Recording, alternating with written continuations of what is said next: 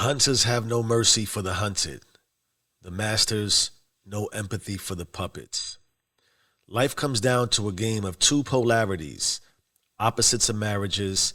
Imagine for analysis, if you would, love and fear. Everything, everything comes down to the consciousness of love or fear. Truthfully, life is not intentionally complicated. It is we who complicate it by acting like we don't know what to do. The rules, if you would, haven't changed for centuries. We know what success moves like. It's always the simple things, which all things not like us know and adhere to. We've all heard the analogies that go somewhat like, what if the sun decided not to sun today? Or the trees didn't tree and the bees didn't bee. Well, then nothing would be conceived. And I totally get it. Given the brevity and the depth of the enemies, fear runs deep, as a large majority of societies were built on a story of eating from an evil tree. Yet if Eve didn't encourage Adam to eat, ask yourself, how else would you know the power to perceive? For otherwise, you wouldn't know thought. And then how would you even speak? But I get that might be a little too deep. Fear is knowing who you are in the depths of your soul, but ignoring it, relinquishing control and pretending like not knowing it. It is the act of worrying about what you might or might not become versus knowing who you already are. Using one of the foundational mythical components around God, consider this. For I was hungry and you gave me food. I was thirsty and you gave me drink. I was a stranger and you welcomed me. I was naked and you clothed me. I was sick and you visited me. I was in prison and you came to me.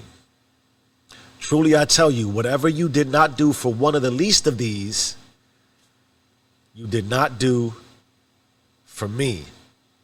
You might know those words from he who was crucified in order to allow us the power to unify. I continue in my own thought for you to consider. For God to deny you is for God to deny himself. Think about it. If we truly all are God and possibly made in his image. Fear is choice, and choice is therefore your power of creation. Naturally, you desire success in phases, but where truly is your mind when it comes to these places? We are all great actors and play pretenders, but our behavior and thought is the truest of sin. For you can't wordsmith, G-up, or gift of gab God. And if for you it's not God, then I'll leave it to universal and life law. Your perpetuant desire to look into your future with doubt, disbelief, and skepticism is rooted in fear-based consciousness. You are truly ungrateful and therefore asking to not receive more. And that's not intended to be demeaning or challenging. I urge you to listen with logic. If you look with worry into your future, subsequently ignoring, dismissing, and demeaning your present, you do so with fear to your current present set of circumstances. For example, I want more money because I don't have enough money. I want more house because I don't have enough house. I want more job because I don't have enough job.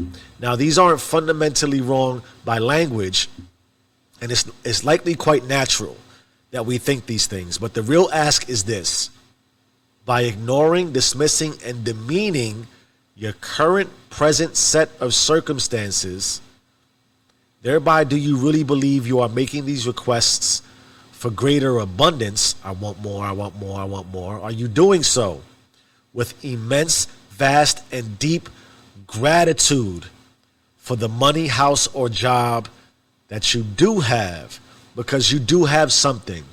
Or rather, do you look at it with disgust and fear of not feeling enough? And if it's the latter, then your present prayer, thought, and behavior is built around fear of not having. And God and universal law will always follow what you are feeling and thinking, not what you are fronting on by speaking. You can't wordsmith, G-up, or gift of gab God and universe. For him to deny you is to deny himself. Love, so simple and need only a baseline of hopeful emotions as you request more joy for your life. Or I should say request more for your life. Joyful, loving, accepting, blessful, grateful.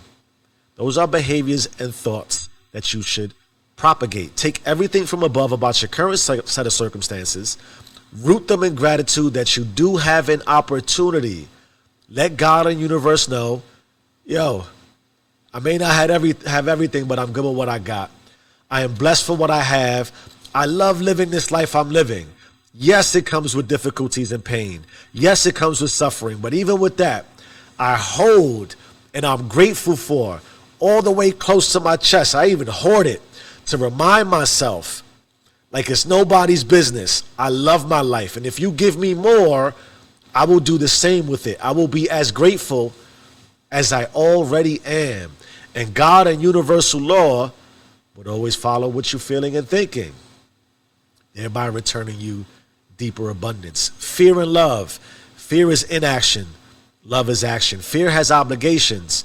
Love has no obligations. Fear has expectations. Love has no expectations. Fear avoids responsibility. Love is completely responsible. Fear is complaining about your life. Love is accepting your life. Fear is avoiding your calling. Love is running towards your calling. Fear freezes and is lazy. Love inspires and never dies. Life is not intentionally complicated and really so simple that we choose to avoid it because we have free will to do so. Fear will have you believe you need to become something.